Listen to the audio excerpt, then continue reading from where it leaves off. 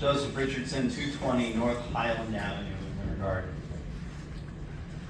At the commission meeting on April 24th, the mayor volunteered the following statement. We've been sitting here for 100, 200 times and have been ignored. They get upset. And it's my opinion that a couple of them show no respect for God, no respect for our country, no respect for our flag, no respect for our Pledge of Allegiance, and no respect for the City Commission. Since the mayor feels comfortable disparaging, quote, a couple of them, unquote, in a public meeting, I feel it's only fair to respond to his comments in the city environment. To start with, let's not be coy. Along with any others, the mayor was referring to me, and any denial of that fact would be patently disingenuous.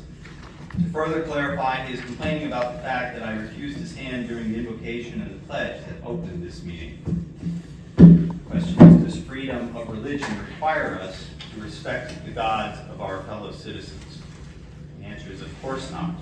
That is the nature of religious freedom. I will passionately defend the mayor's right to worship whatever God he wants in private, in whatever way he wants. And I expect the same from the mayor. But I will not be shamed or bullied into publicly showing respect for a God that I don't believe in. And what about freedom of speech? The mayor appears to care little for that.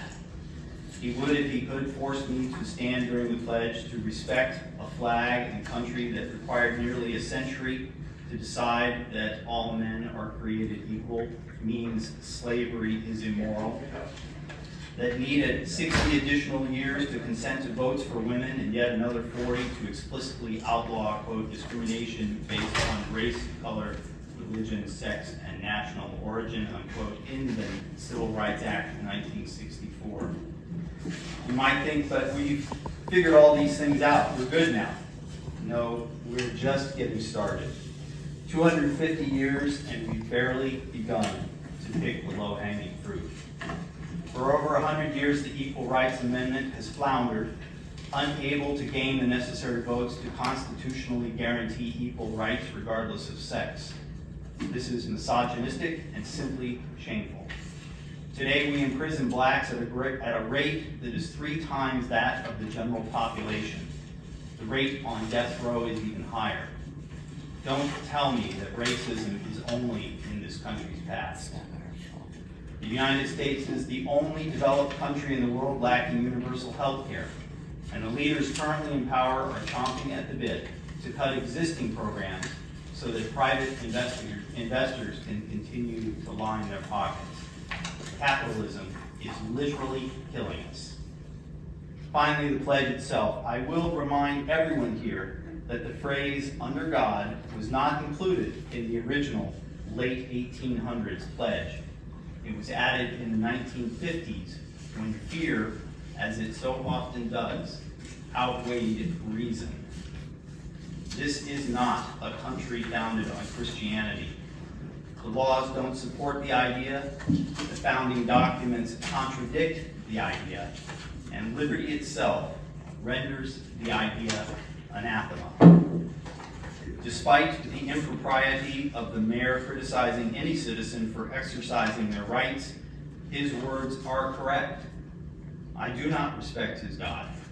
I do not respect a religious pledge, nor a racist country, nor a mayor who unrepentantly violates my rights and liberties, nor a commission that quietly acquiesces to such tyranny. Here is what I respect. I respect the ideals of freedom, justice, and equality. I respect the efforts of those who, whether by pen or by sword, tirelessly and sacrificially fight for these values. And I respect those who spend their time attempting to ameliorate the injustice and inequality that continue to exist in the wake of this country's failures. With his comments, the mayor has made it clear to me that his apology 11 years ago was completely insincere and that he still doesn't understand, appreciate, or support my rights as enumerated by the First Amendment. I will continue to sit, and I will do so unapologetically. And I hope that when I sit, it reminds you of how badly this country is failing its citizens. And I hope that every time you say the pledge, you will remember that under God was born out of fear and coercion rather than liberty and justice for all. To sum up, I quote Justice Robert H. Jackson's majority opinion in West Virginia State Board of Education versus Barnett, 1943, which affirmed that public school students are not required to stand for the pledge. If there is any fixed star in our constitutional constellation, it is that no official, high or petty, can prescribe what shall be orthodox in politics, nationalism, religion, or other matters of opinion, or force citizens to confess by word or act their faith therein. Anyone else?